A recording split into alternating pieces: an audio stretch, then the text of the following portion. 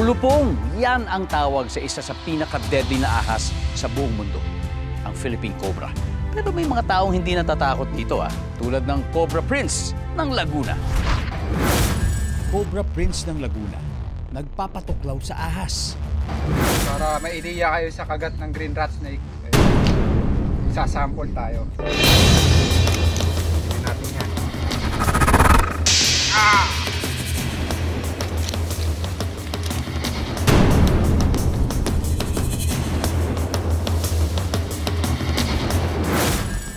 Yan si Ian Florentin, ang Cobra Prince ng San Pablo, Laguna.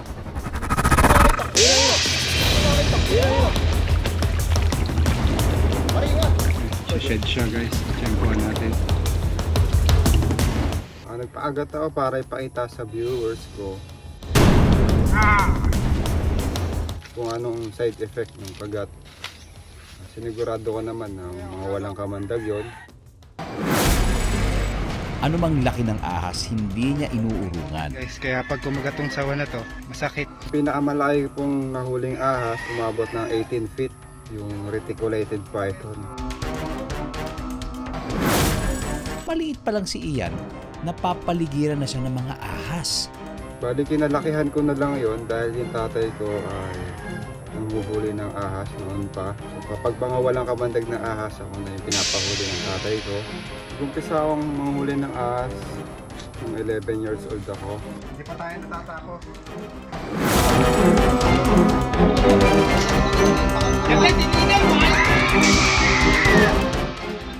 Ang mga karanasan ni Ian sa paghuli ng mga kobra, abangan.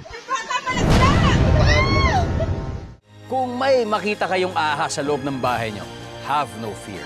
Cobra Prince is here. At nagtutulungan niya. Hindi lang kayo, pati ang ahas na bisita nyo.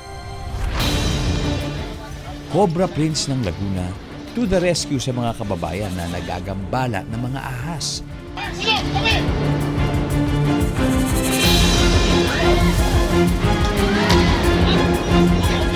Natatagpuan yung mga ahas sa mga loob ng bahay na bihira gamitin at sa mga tambak sa paligid ng bahay. Sabi yung Philippine Cobra.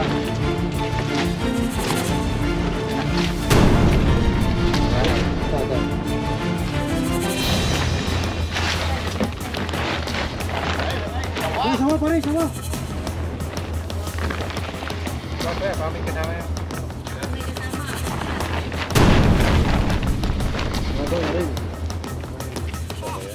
Sa 16 years niyang panghuhuli ng ahas, may ilang beses na malas.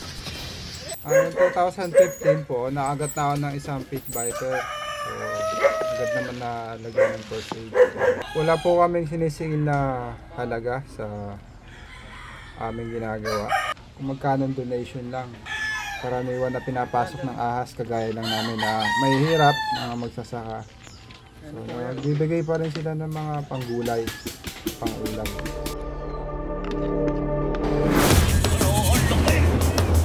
Pero si Ian, hindi lang snake catcher, snake savior din. Yung mga non-venomous, nire-release namin. Yung mga venomous, turnover po namin sa DNR. Irespeto po natin yung mga ahas pag pupunta po tayo ng gubat. Dahil tayo po yung dumayo sa lugar ng mga ahas.